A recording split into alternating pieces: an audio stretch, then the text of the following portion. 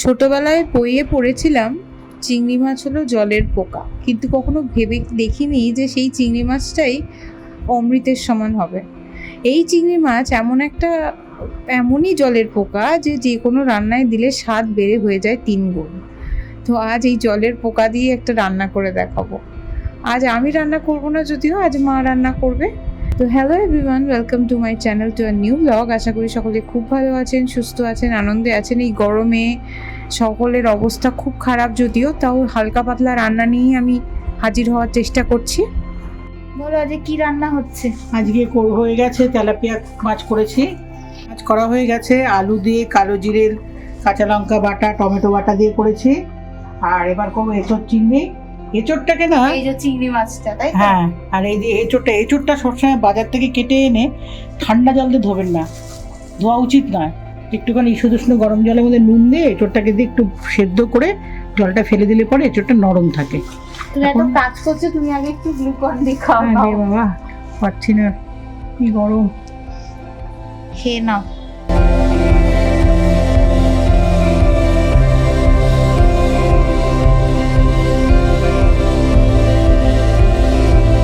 একটু half boil মতো করে ধুয়ে নেবো। ঠান্ডা জল দিয়ে ধোবোই না, তাহলে না ছিটিয়ে যায় এঁচোড়গুলো। একদম গরম জলের মধ্যে একবারে ধুয়ে নিয়ে করবো, জল ঝরিয়ে নেবো। রেখে দিলাম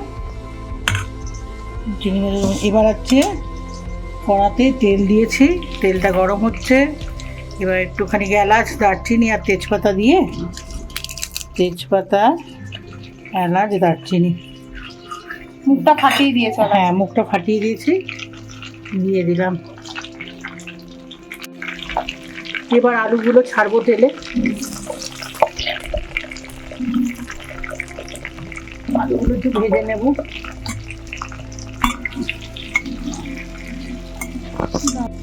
চিংড়ি মাছটা ভেজেছিল আগে কড়াতে, লেগে যাচ্ছে এর জন্য।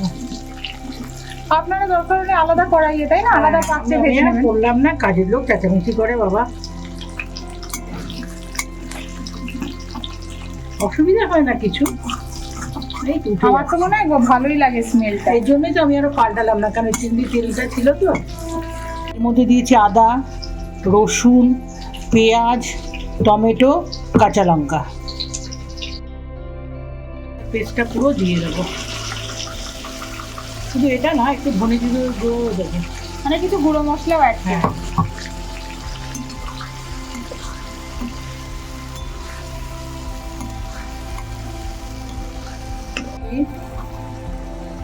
জিরে গুঁড়ো, হ্যাঁ, এবার দেবো ধনে গুঁড়ো, এবার দেবো হলুদ,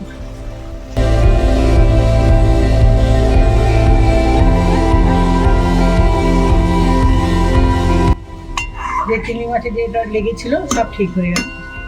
বললাম না, সব উঠে আসবে কষলে পরেই। দেখি একটু লাল লঙ্কার গুঁড়ো দিয়ে দিই।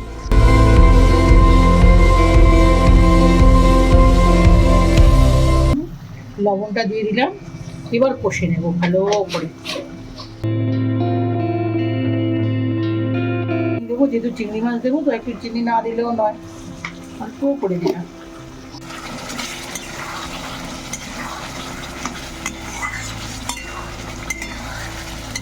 কাঁচা মশলার গন্ধটা একদম না থাকে, যখন দেখবো তেল ছেড়ে গেছে তখন এঁচোড়টা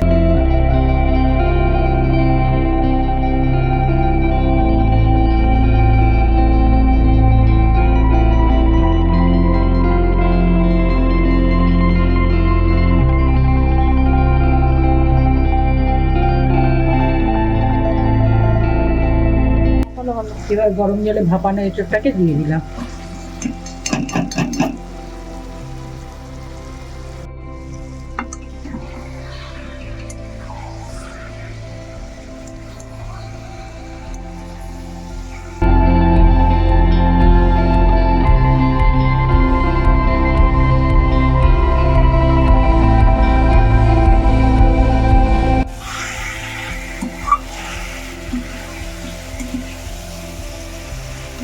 এবার চিংড়ি মাছগুলো দিয়ে দিলাম।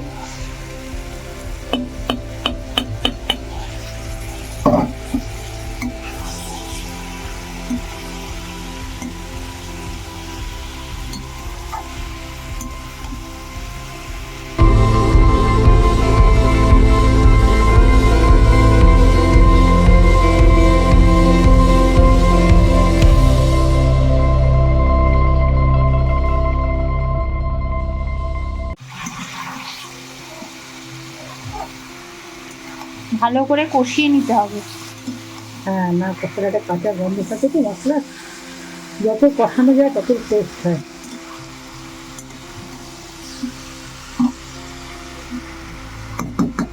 এবার জল দিয়ে দেবো।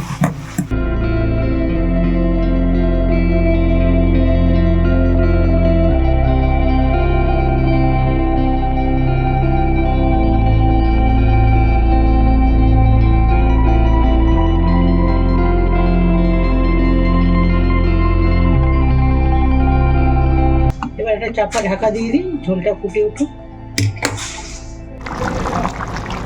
একটু ঝোল ঝোল রাখবো। তো এঁচোড় চিংড়ি তো আমাদের পুরো ফুল রেডি। তো ভিডিওটা দেখে সকলের কেমন লাগলো, রেসিপিটা সকলের কেমন লাগলো সেটা আমায় কমেন্ট সেকশনে জানাতে একদম ভুলবেন না। তো ভিডিওটা আজ এই অবধিই রাখছি, আবার দেখা হচ্ছে নেক্সট ভিডিওতে। আজ তবে আসি, সকলেই খুব ভালো থাকবেন, and please do like, comment, share and subscribe, share this video with your friends and family. Okay, by.